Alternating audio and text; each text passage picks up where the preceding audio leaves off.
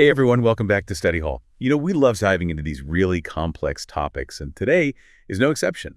We're going to be tackling a recent executive order that's aimed at trying to curb the synthetic opioid crisis. Yeah. And it all centers around China. Yeah, it's a fascinating approach, really. The U.S. is trying to use economic pressure as a lever to influence China's actions when it comes to fentanyl. But as with any bold move like this, there are potential ramifications that go way beyond just the immediate goal. This executive order is a direct response to the staggering number of lives that we've lost to synthetic opioids. The document itself highlights the devastating statistic of 200 American deaths per day, primarily among young adults.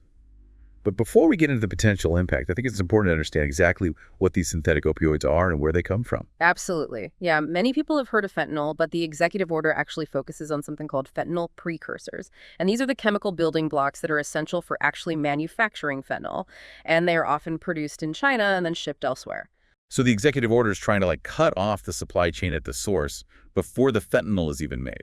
Precisely. The document actually alleges that the Chinese Communist Party is not only aware of this production, but that they actively subsidize and incentivize the export of these fentanyl precursors. It even suggests that China is providing a safe haven for transnational criminal organizations that are involved in trafficking these substances. Wow, that's a pretty serious accusation. It paints a picture of this, complex network that's operating with a certain degree of government support. No wonder the U.S. is taking such a strong stance. It is a strong stance. The executive order's core mechanism is to impose a 10% tariff on goods imported from China. The idea is to hit them economically and force them to crack down on the production and export of these precursors. But how effective can tariffs really be in tackling an issue as complex as this? And won't American consumers and businesses feel the pinch of these tariffs as well? Yeah, that's one of the key questions we're going to explore here. Let's start with the potential impact on the U.S. economy. A 10% tariff across the board on Chinese goods could mean higher prices for American consumers on a wide range of products. Think about electronics, clothing, even certain food items. Right. And we can't forget about the risk of retaliation. China could easily respond with imposing their own tariffs on U.S. exports. Exactly, which could harm American industries, particularly those that are heavily reliant on exporting to China. So it's a delicate balancing act with potential economic consequences on both sides. So the economic fallout could be significant, but what about the diplomatic implications? We already know that relations between the U.S. and China are strained. Yeah, and this executive order definitely has the potential to escalate those tensions. It's a direct challenge to China's actions, and their response is going to be crucial in determining how this whole thing unfolds. We're already seeing some pretty strong rhetoric coming from both sides. Yeah. Accusations and counter-accusations flying back and forth. Right. And beyond the immediate economic and diplomatic fallout, there's the question of whether this approach will actually be effective in curbing the opioid crisis. Will targeting the supply chain alone be enough to address such a complex problem?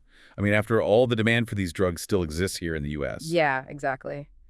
And we also need to consider the adaptability of drug trafficking organizations. They have a long history of finding ways to circumvent restrictions and shift their operations. So it's possible that even if this executive order disrupts the current flow of fentanyl precursors from China, new sources will emerge or production will just shift to different countries. It's a very real possibility. It's like a classic game of whack-a-mole, And it underscores the need to look beyond just the supply side of this equation. We need to address the demand for these drugs and provide more comprehensive treatment options for those who are struggling with addiction. It sounds like this executive order is just one piece of a much larger and much more complicated puzzle. It absolutely is. To really understand its potential impact, we need to kind of delve deeper into the specifics of the document itself. Okay, let's do that. The executive order expands on a previously declared national emergency, now specifically targeting China's alleged inaction against the opioid supply chain.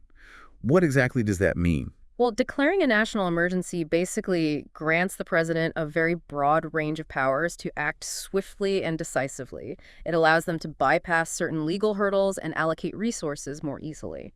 So in this case, the expanded national emergency declaration provides the legal justification for imposing these tariffs and taking other actions against China. So it's not just about the tariffs themselves, it's about the legal framework that allows this type of intervention. Exactly. The executive order then goes on to lay out some very specific targets, including Chinese chemical precursor suppliers, individuals and organizations that are involved in money laundering, and those transnational criminal organizations we talked about before. It seems like the U.S. is really trying to target that whole network involved in the production and trafficking of these fentanyl precursors. Yeah.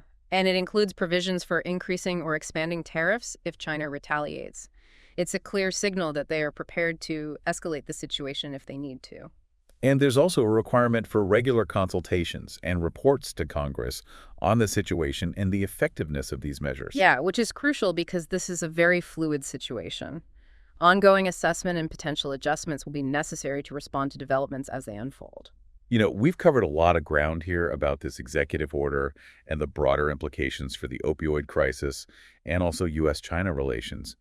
But before we go any further, I think it's important to take a step back and remember the human cost of this epidemic. Absolutely. I think it's easy to get lost in the weeds of policy, but we can't forget that behind these statistics are real people, real families whose lives have been absolutely shattered by opioid addiction.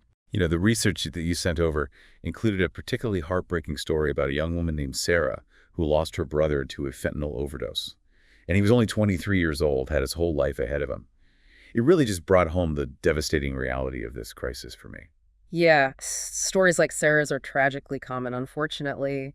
The opioid crisis has ripped through communities all across the country, leaving behind just this trail of grief and devastation. And it disproportionately affects young adults. The age group that's hit the hardest by fentanyl is 18 to 45. That's the prime of their lives. It's a heartbreaking loss of potential, really, and it's why addressing this crisis is so urgent. But, as we've been discussing, the question remains, will this executive order actually help? Let's focus on that for a moment. On the one hand, if this action is successful in disrupting the flow of fentanyl precursors from China, it could theoretically reduce the availability of synthetic opioids here in the U.S. And that's the goal, right? To save lives by cutting off the supply at the source. That is the intended outcome. But there are some potential pitfalls that we have to consider. For one thing, restricting the supply of fentanyl could actually inadvertently lead to the emergence of even more potent and dangerous substances. Oh, wow. So it's like squeezing one end of a balloon and the pressure just shifts to another area. Exactly. Drug trafficking organizations are notoriously adaptable and they're profit-driven. They're constantly evolving their methods, and they're looking for new markets. So if fentanyl becomes harder to obtain or more difficult to produce, they might just switch to something else to producing even deadlier alternatives. We've already seen this happen with the rise of carfentanil, which is 100 times more potent than fentanyl. And some experts believe that this trend towards increasingly potent synthetic opioids is only going to continue.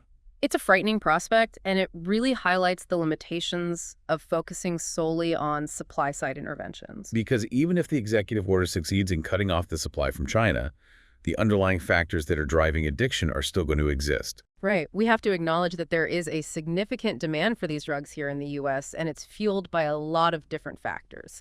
Things like poverty, despair, chronic pain, and lack of access to affordable treatment options. So people who are struggling with addiction will likely turn to other sources, potentially fueling a black market for these drugs and actually making the situation even more dangerous. It's a complex issue with no easy solutions. And, as we discussed earlier, the executive order really focuses primarily on economic pressure, and it doesn't adequately address the issue of domestic demand or the urgent need for more expanded addiction treatment programs. The research I shared with you included a study that found that only about 10% of people with opioid use disorder actually receive treatment. It's a staggering statistic, and it really highlights the inadequacy of our current system. We need to invest in evidence-based treatment options, make them more accessible and affordable, and really try to reduce the stigma surrounding addiction. And we need to address the social and economic factors that contribute to addiction in the first place. Things like poverty, lack of opportunity, systemic inequities. It's a multi-pronged problem that requires a multi-pronged solution. So it seems like this executive order, while potentially impactful, is really just one piece of a much larger and more complicated puzzle. It is. It raises some important questions about, the role of economic leverage in international relations and the limitations of focusing just on supply-side interventions. It also highlights the need for international cooperation and a recognition that the opioid crisis is a global issue that demands a coordinated global response. And it underscores the importance of understanding the human cost of this crisis and the need for compassionate, evidence-based solutions that address both the supply and the demand sides of the equation. So we've covered a lot of ground today, from the specifics of this executive order to the broader implications for the opioid crisis and U.S.-China relations. But what does all of this mean for our listeners? What are the key takeaways here? I think for me, this deep dive has really underscored the complexity of global issues. There are rarely easy answers or quick fixes. Actions that are taken, even with the best of intentions, can have unintended consequences. And what might seem like a very straightforward solution can quickly become entangled in this web of economic, political, and social factors. Yes, it's like peeling back the layers of an onion. The more we kind of delve into this issue, the more nuanced and interconnected it becomes.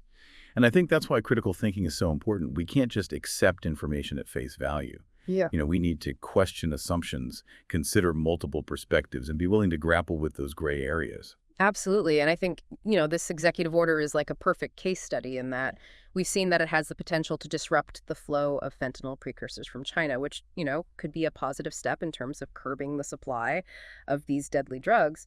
But we've also seen that it carries some significant risk, both in terms of potential economic fallout and the possibility of escalating tensions with China. Right. And even if it does succeed in reducing the supply from China, it doesn't address those underlying issues of demand and addiction here in the U.S. In fact, it could even make those issues worse if it leads to the emergence of, even more potent and dangerous synthetic opioids. And that's why it's so important to approach this issue from a very holistic perspective. We have to consider both the supply and the demand sides of the equation. And we have to invest in, comprehensive solutions that encompass things like prevention treatment and harm reduction strategies. The research that you sent over included some really promising examples of harm reduction programs that have actually been successful in reducing overdoses and helping people access treatment. Things like needle exchange programs, supervised consumption sites, and the wider distribution of naloxone, which is a medication that can actually reverse an opioid overdose. Yeah, those are all really valuable tools to have in our arsenal, but unfortunately they're often met with a lot of resistance because of stigma and misconceptions about addiction. It's true. We still have a long way to go in changing the way we think about and address addiction. It's a complex medical condition that requires a compassionate and evidence-based approach, not judgment and punishment. And it's an issue that really affects all of us, whether directly or indirectly. The opioid crisis has devastated communities across the country, and its ripple effects are felt, far and wide. So it's not just a problem for those who are struggling with addiction, it's a problem for all of us. So what can we do as individuals? How can we contribute to meaningful change? Well, I think one of the most important things we can do is educate ourselves about this issue and try to challenge the stigma surrounding addiction. There are so many resources that are available, from reputable news sources to organizations that are dedicated to addiction research and advocacy. Yeah, and don't underestimate the power of conversation. Talking about this issue with friends, family, colleagues can really help to raise awareness and start to break down those stereotypes.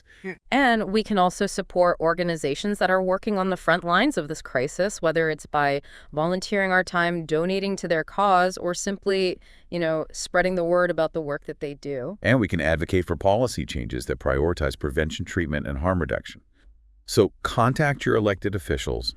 Let them know that this is an issue that you care about and urge them to support evidence-based solutions. This executive order is really just one piece of a much larger and ongoing conversation. It's a reminder that these complex problems rarely have simple solutions.